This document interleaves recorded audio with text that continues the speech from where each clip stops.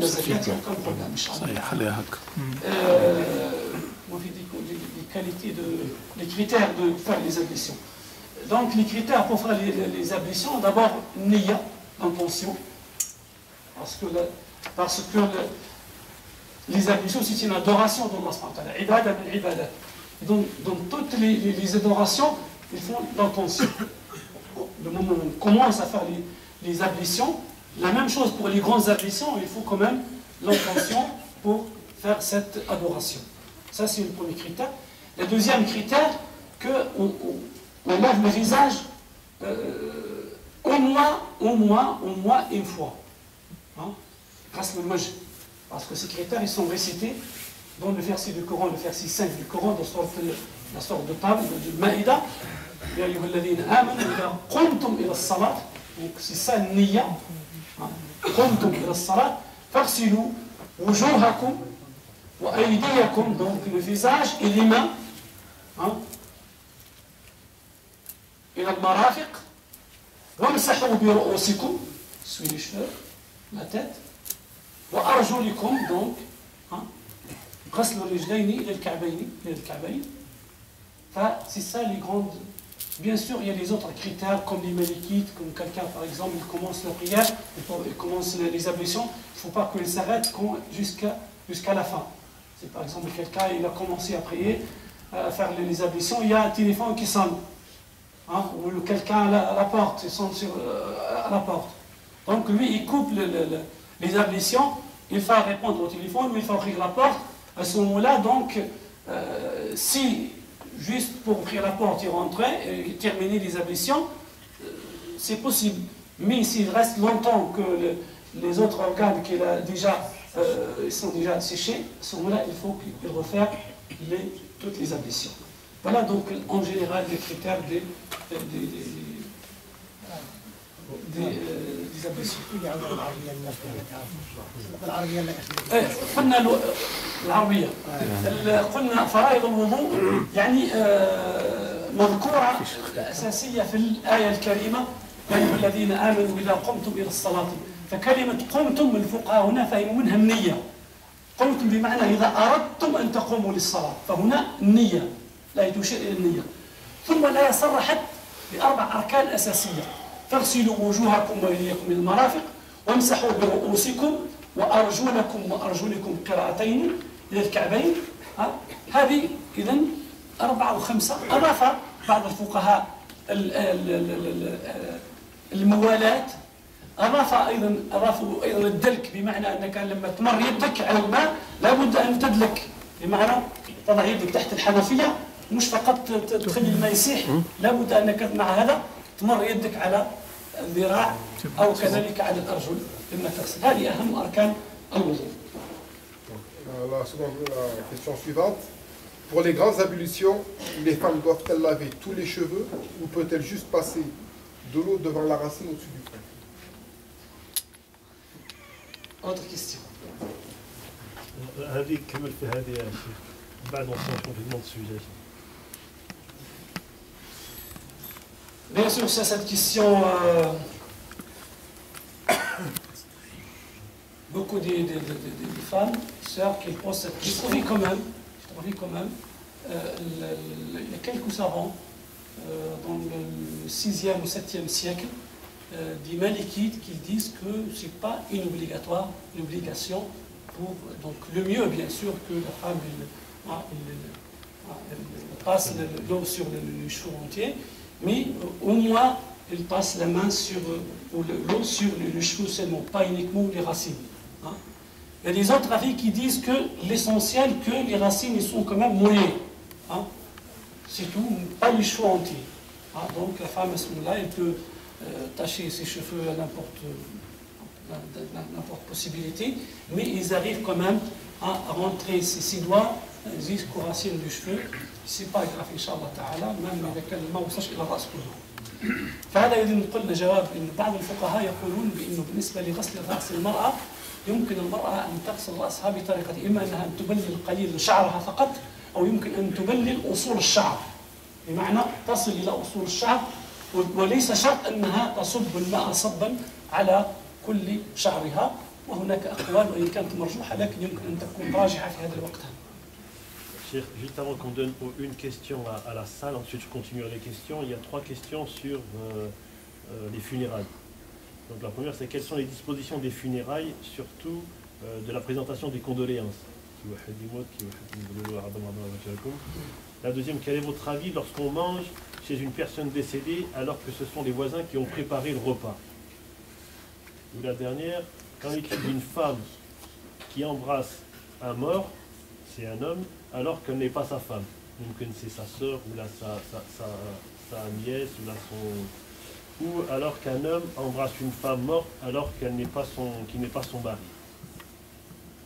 Ensuite, on aura la parole à Driss, une question pour le frère Driss. Pour les condoléances, donc il n'y a pas des mots exacts, il n'y a pas des mots spéciaux pour dire ça, mais العرف أن يقول الناس عظم الله أجركم وأن يقول البركة فيكم كما يقول بعض الناس حسب الأعراف. لم ترد يعني صيغ شرعية معينة لا بد أن تقال في هذه التعزية، وإنما الأصل أن ترجع في هذه الحالة إلى donc l'habitude, les gens qu'est-ce qu'ils disent dans ce moment-là, ce moment triste bien sûr, pour dire aux gens qui sont perdus quelqu'un, mais malgré ça, il n'y a pas de texte spécifique dans le sunna sur ce sujet-là, une connaissance bien sûr. لكن مع ذلك الإنسان c'est un moment de rappel pour la patience, parce que quelqu'un qui perd un proche, c'est pas facile, donc on fait le rappel pour la patience, on fait bien sûr du dua pour la famille et pour bien sûr quelqu'un qui est décédé. Sunna, normalement, Sunna, c'est pas la famille qui a perdu quelqu'un, c'est pas la famille elle-même qui fait à manger aux gens qui vient pour les condoléances. Normalement, c'est les voisins, c'est les autres proches, mais pas la famille elle-même. Parce que le moment où le Nabi alayhi salam, il a perdu son cousin Ammou, Ja'far ibn Abi Talib, radiyallahu anhu. Donc, c'est lui, le droit qu'il a dit, il a dit à ses femmes, c'est eux qui font à manger aux gens, pas la famille de Ja'far elle-même. لكن مع الأسف إنه إحنا الآن عندنا يعني مصيبتين، مصيبة الأسرة تكون عندها مصيبتين، مصيبة الميت ومصيبة إحضار الطعام والنفقات الكبيرة التي تنفق على الطعام. في السنة أن الجيران أو الأقارب الأبعاد هم الذين يقومون بإحضار طعام العزاء، والمفروض أنه يخفف الإنسان يمشي يعزي مش يمشي يأكل. المفروض يعني بعض الناس يحبوا يبقوا مع العائلة حتى يواسوهم حتى كذا، هؤلاء إذا بقوا لهذا الغرض هذا فلا حرج في ذلك إن شاء الله تعالى. Pour remplacer les morts, donc normalement, si quelqu'un, par exemple, une femme, elle a perdu son mari, elle embrasse sur son front, il n'a aucun problème, ou les filles, il embrasse leur père, ou la maman, elle embrasse son mari, ou elle embrasse son fils, il n'y a aucun problème. Ou un mari, donc, يعني يقبل زوجته لا حرج في ذلك. إذا ما كانش ni sa femme, ni sa sœur, ni sa. À ce moment-là, il faut éviter. Donc, juste les questions qui viennent de rentrer, ça sera tout sur le crédit et l'intérêt, mais justement, en fait, la question en rapport avec le système bancaire. Donc, On va juste la poser, si c'est. Si on passe juste après, j'ai une question, on pensait que c'était une parenthèse. Et après, on passe le plus gros, c'est sur le. قال الإنسان غير مختص في الفتوى ويحمل الناس ما سمعوه من المختصين أو قرأه في الكتاب ما حكمه الشرعي. Donc c'est une personne qui pose une question et qui dit donc je ne suis pas spécialiste. Que pensez-vous d'une personne qui n'est pas spécialiste dans les sciences religieuses et qui dit aux gens ce qu'il a entendu ou ce qu'il a lu dans les livres, ce qu'il le dit aux gens? Qu'en pensez-vous de cette personne? Il faut faire quand même attention, parce que quelquefois, quelqu'un qui n'est pas spécialiste, quand il lit une fatwa, peut-être elle va comprendre mal. Il comprend un quart ou un tiers ou une moitié ou plus ou moins. Donc il faut quand même faire attention de ce sujet-là. La deuxième chose, quelquefois des fatwas, elles changent. Je vous donne c'est-à-dire un exemple. Un exemple, aujourd'hui, nous ici en France, par exemple, le moment de le changement d'heure, par exemple, la prière de Dhuhr, elle commence à 14 heures. Vous me suivez bien? Si quelqu'un il pose cette question à un savant qui ne connaît pas la réalité de la communauté musulmane en France ici, il disait, Cheikh, est-ce qu'on a le droit à faire la prière, par exemple, à midi ou à 13 heures, avant Salat al-Dhuhr? Ah, bien sûr, le Cheikh, surtout s'il est au Maroc, en Algérie, ou en Égypte, ou en Tunisie, même en Arabie Saoudite, ils disent non, c'est pas. Ça, c'est avant l'heure. Wallah Ta'ala يقول إن الصلاة كانت على المؤمنين كتابا موقوتا. C'est-à-dire chaque prière, elle a un temps. Il commence à un temps, il termine à 7 temps. Donc on n'avait pas le droit de faire ça. Si vous ne trouvez pas une solution, si vous êtes en travail, il faut équiter le travail, mieux que tu prépares le Jumu'ah. Cette fatwa, ça ne nous confine pas ici en France. Si on pratique cette fatwa, ça veut dire qu'on va interdire presque la moitié de notre communauté à faire la prière de Jumu'ah, ça fait 6 mois. C'est-à-dire le changement de l'heure en été, ça fait, c'est pas une semaine, c'est pas un mois, c'est pas 3 mois, c'est 6 mois. Par contre, nous, quand on cherche dans l'avis des théologiens, on trouve que l'avis de l'imam Ahmed ibn Hanbal, ils disent que la prière, le temps de la prière de Jumu'ah, il commence comme le temps de Salat al-Eid, comme le temps de Dhuhr. C'est-à-dire après, par exemple maintenant, après 8h30 ou 9h, on peut faire la prière de Salat al-Jumu'ah. Donc à ce moment-là, nous, on est obligé ici en France, en Europe en général, parce que toute l'Europe, elle pratique cette heure d'été, on est obligé à donner cette fatwa pour faciliter à notre communauté, pour réunir entre deux adorations, parce que le travail c'est une adoration et la prière la même chose. Au lieu de non, malgré ça, c'est pas la fête de la majorité, c'est la fête de qu'elle-même. Donc ça dépend, quelqu'un qui n'est pas spécialiste, il n'a pas le droit aussi à donner, à transmettre des fatwas, parce qu'il peut faire beaucoup de dégâts. Si par exemple, quelqu'un qui te pose la question, est-ce que la prière c'est une obligation? Oui, tout le monde sache, hommes et femmes, que la prière c'est un des piliers de l'islam. C'est normal.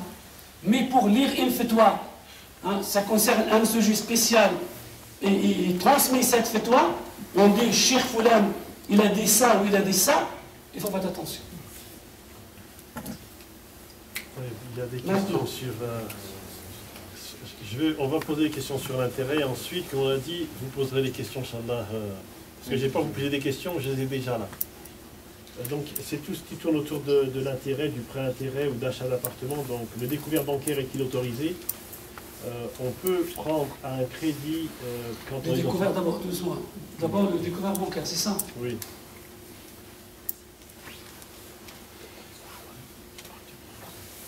Ensuite, je suis propriétaire d'un appartement et je souhaiterais acheter une maison.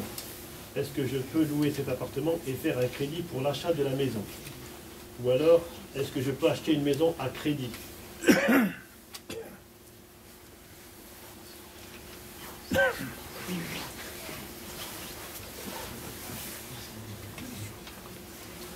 Il y a un étudiant qui dit, je suis étudiant, je suis doctorant et je vais bientôt me marier. Et il veut commencer la vie et son mariage pas dans la difficulté. Est-ce qu'il peut imaginer faire un emprunt bancaire avec pas trop d'intérêt, mais pour pouvoir bien commencer sa vie? C'est-à-dire pour acheter un appartement, pour acheter une voiture, pour un mariage? C'est pour son mariage et commencer sa vie. Alors je suis voilà, je suis un doctorant, j'envisage de me marier. Pour faire, il me faut une somme d'argent au début. Il sait qu'une banque lui fait un intérêt pas très cher et il ne veut pas commencer son mariage avec le péché de riba. Est-ce que c'est riba ou la? نعم c'est bon. كلمة وهاب c'est bon. طيب مازال من بعد d'accord. إخواني تابعوني جيدا، سأتكلم بالعربية ثم أحاول أن أعطي خلاصة باللغة الفرنسية.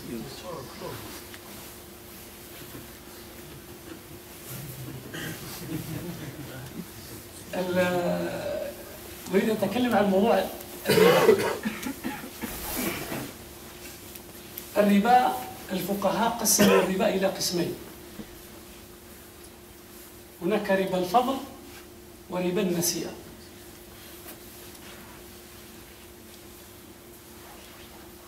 هذا التقسيم لماذا قسموا هذا التقسيم؟ أولا ما هو ربا الفضل ما هو ربا النسيئة؟ ربا الفضل هو الربا الذي هو الشخص الذي يعطي الربا، والنسيئة هو التأخير، أو بمعنى آخر هو البنك الذي يأخذ منا الربا ولا شخص آخر. ابن عباس رضي الله عنه قال لا ربا إلا في النسيئة، لأن ربا النسيئة هو الذي حرمه القرآن الكريم. النصوص اللي وردت قطعية الثبوت قطعية الدلالة من القرآن أو من السنة هو تحريم ربا النسيئة، واللي قال فيه الله عز وجل الذين يأكلون الربا لا يقومون إلا كما يقوم الذي يتخبطه الشيطان من المس. قال وأخذهم الربا وقد نهوا عنه وأكلهم أموال الناس بالباطل. هذا عن من هذا؟ هذا عن الإنسان اللي يقرض أمواله، يقرض لك 1000 ويشترط عليك في العقد أنه يأخذ 1100 بعد سنة أو 1200 بعد سنتين. هذا هو الربا الذي أجمع العلماء على تحريمه، واللي قال فيه النبي عليه الصلاة والسلام أنه لأفضل عن الإنسان أن بعض الأحاديث في مجملها أن الإنسان يعني لأن يزني بأمه أحسن من أن يأكل الربا. هذا هو المقصود. الربا هو ربا النسيئة. الربا الثاني هو ربا الفضل، هو أيضا حرام ولكن درجة الحرمة ليست سواء. احنا عندنا الفقهاء فرقوا بين المحرمات. هناك المحرمات القطعية اللي هي قطعية بنصوص القرآن وبنصوص السنة، هذه هي تعتبر من أعلى درجات المحرمات، واللي ينكرها يعتبر كافر والعياذ بالله. بعض الناس يقولوا بأن المجلس الأوروبي اللي فتاوا البحوث أباح الربا. هذه كلمة كبيرة. يجتمع المجلس الأوروبي والمجمع الفقهي الدولي العالمي ومجمع رابطة العالم الإسلامي ومجامع الدنيا كلها لو حرمت الربا لكفرت بمحمد صلى الله عليه وسلم، لأنه هذا محرم بنص قطعي، ما فيش مجال للاجتهاد. تجتمع كل مجالس الدنيا كلامها مردود، لأن اللي يقول أن الربا اللي هو ربا النسيئة حلال هذا كفر بنص القرآن الكريم، إلا إذا كان متأولا له أمر آخر. فمن هذا الفقهاء كانوا يقسمون المحرمات إلى ما هو محرم لذاته وما هو محرم لغيره. عندنا مثلا الزنا هي العلاقة بين المرأة والرجل خارج الزواج، هذا يسمى زنا عندنا في الإسلام.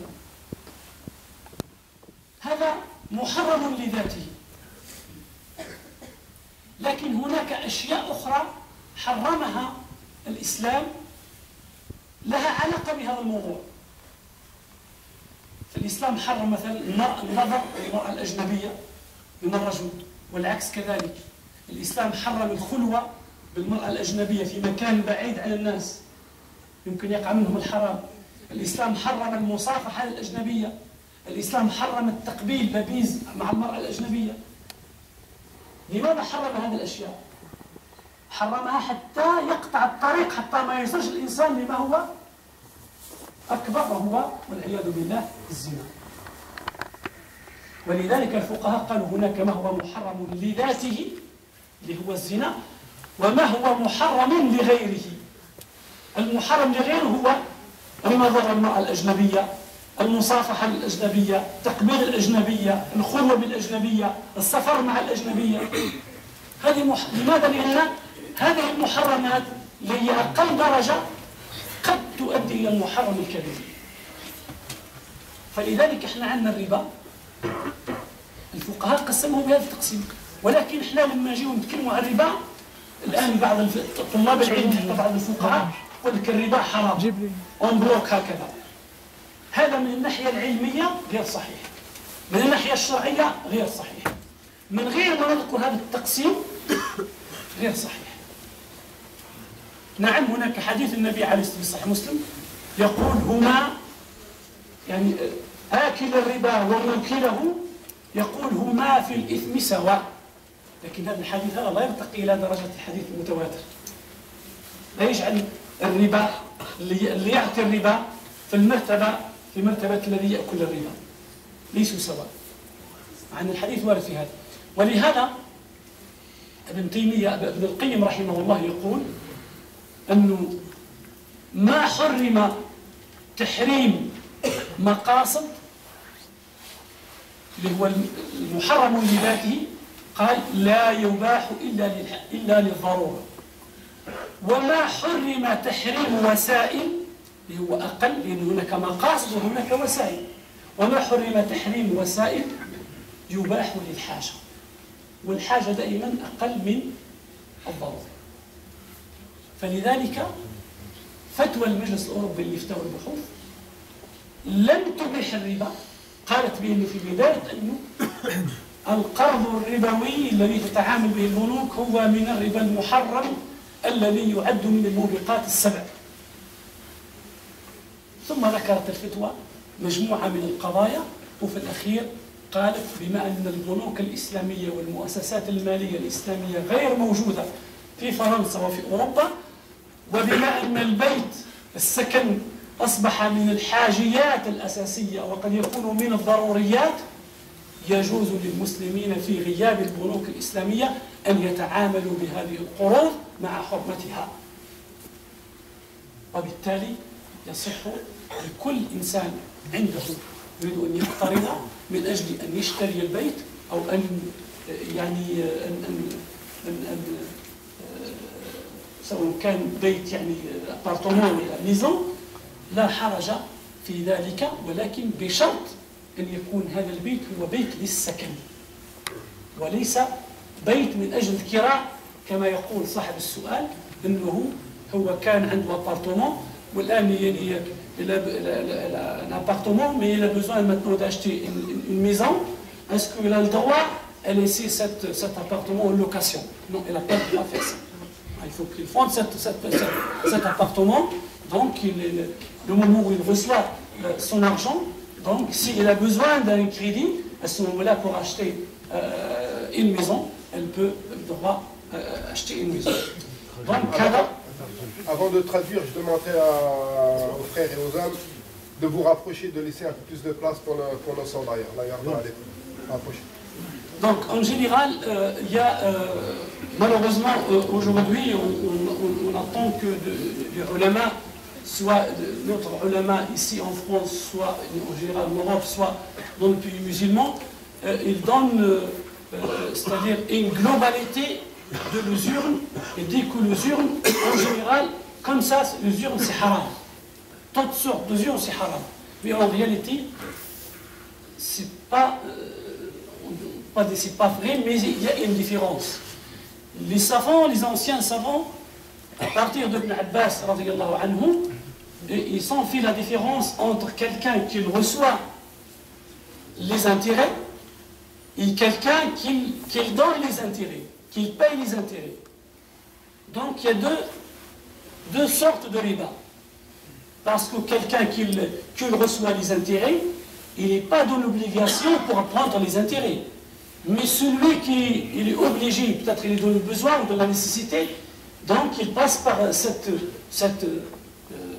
usure, cet acte de riba, donc il est dans le besoin ou il est dans la nécessité, il est obligé pour donner l'usure. Donc les savants, ils sont faire la différence, parce que apprendre les intérêts, ça c'est interdit à travers des textes du Coran.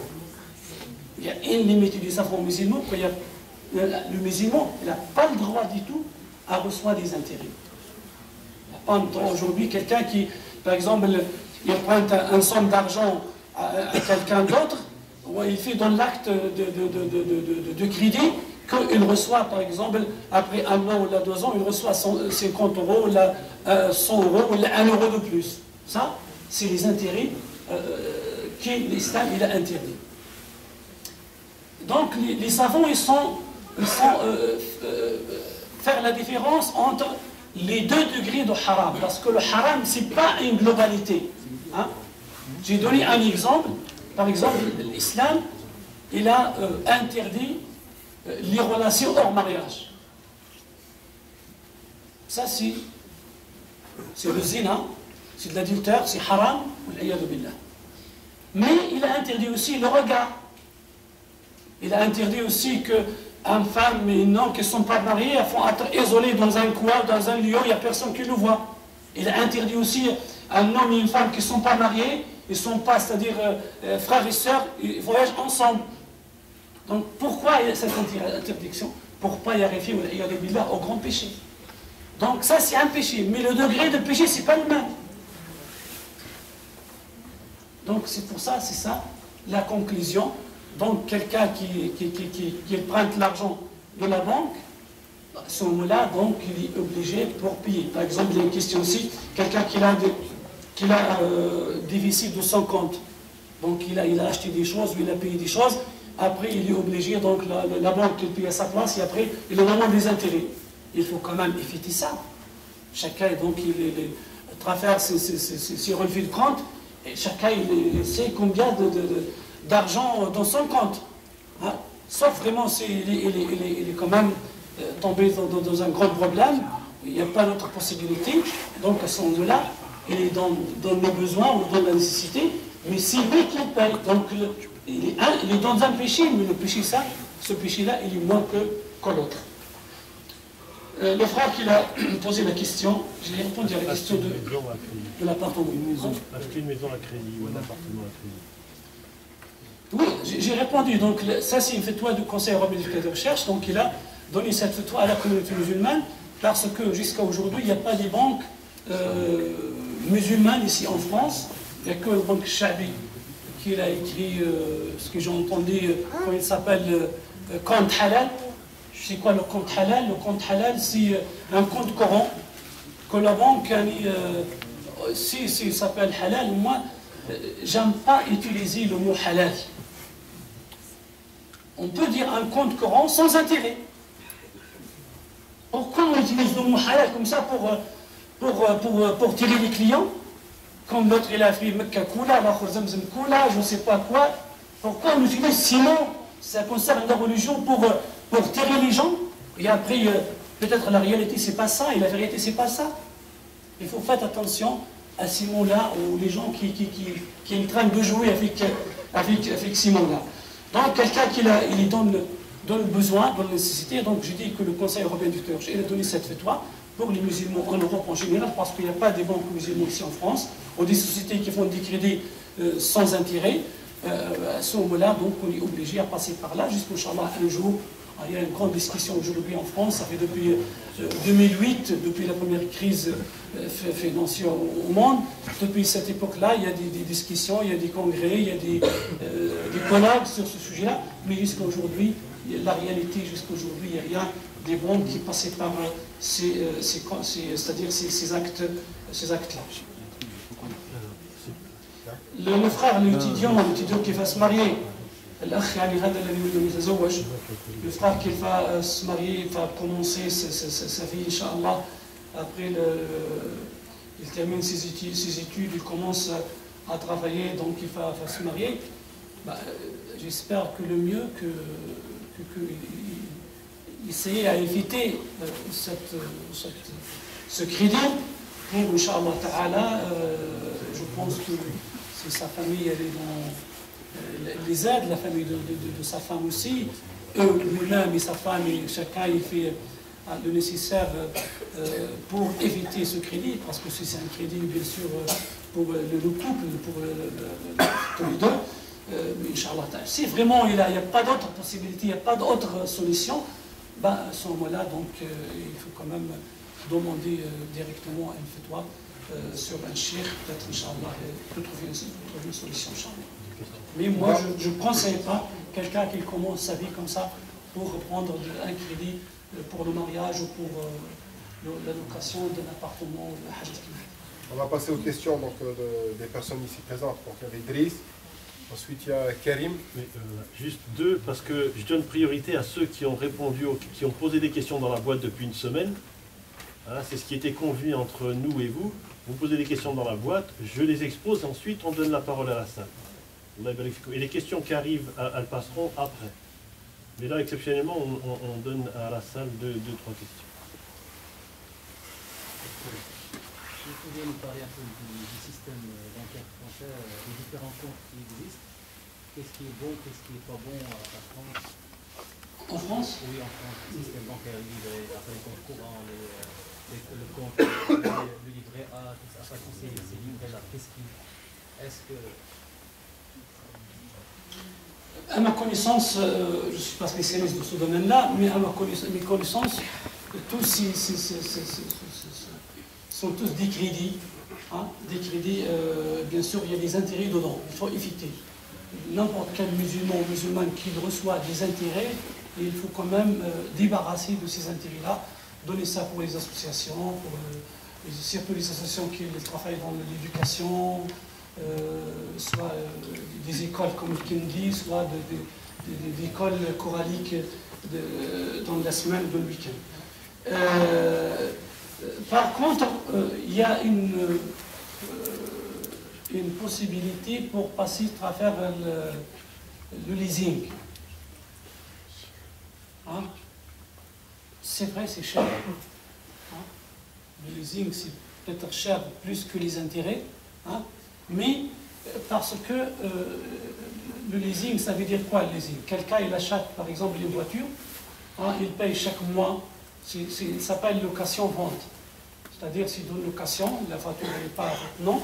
Le moment où le contrat est terminé, vous avez une possibilité pour acheter cette voiture. Donc à ce moment-là, il y a un autre contrat, hein, pour changer le contrat. Le contrat, donc la carte grise de la voiture, il vient à votre nom. Il y a une possibilité aujourd'hui avec, pour acheter des maisons, des appartements pour les commerçants. Le local commercial, à faire du leasing, ça existe. Ça existe aussi pour les appartements normaux ou pour les maisons, mais c'est quand même, il n'est pas très développé, sauf si vous avez de bonnes connaissances avec le directeur de la banque, etc. Si on trouve cette possibilité, c'est mieux que passer par le crédit. Si quelqu'un trouve une possibilité pour acheter une maison ou un appartement avec le leasing, hein, c'est-à-dire que c'est une location, vous payez une location 10 ans ou 15 ans, après ça, donc, quand le moment il est terminé, donc il faut acheter avec une somme symbolique cette maison, cet appartement. Ça, c'est une possibilité pour la vie. Parce que cette location-vente, il y a un petit souci qu'il s'appelle l'islam le gharar.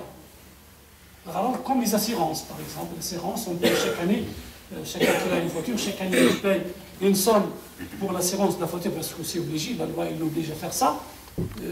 Mais peut-être j'y reste 30 ans, 40 ans, je fais une assurance chaque année, mais je n'ai jamais fait un accident. Mais malgré ça, la loi, il m'oblige à faire l'assurance pour ma voiture. Donc, pourquoi cette assurance n'est pas valable religieusement normalement? Parce que je peux rester des années, je paye chaque année, par exemple, 300, 400, 500 euros, mais jamais fait un accident. C'est-à-dire ma boîte d'assurance, ils ne me rend rien. Sauf si j'ai fait un accident. Peut-être il y a une autre possibilité, le contraire. Peut-être j'ai fait un contrat d'assurance ce mois-là. Le mois prochain, je fais un accident. J'ai payé 500 €.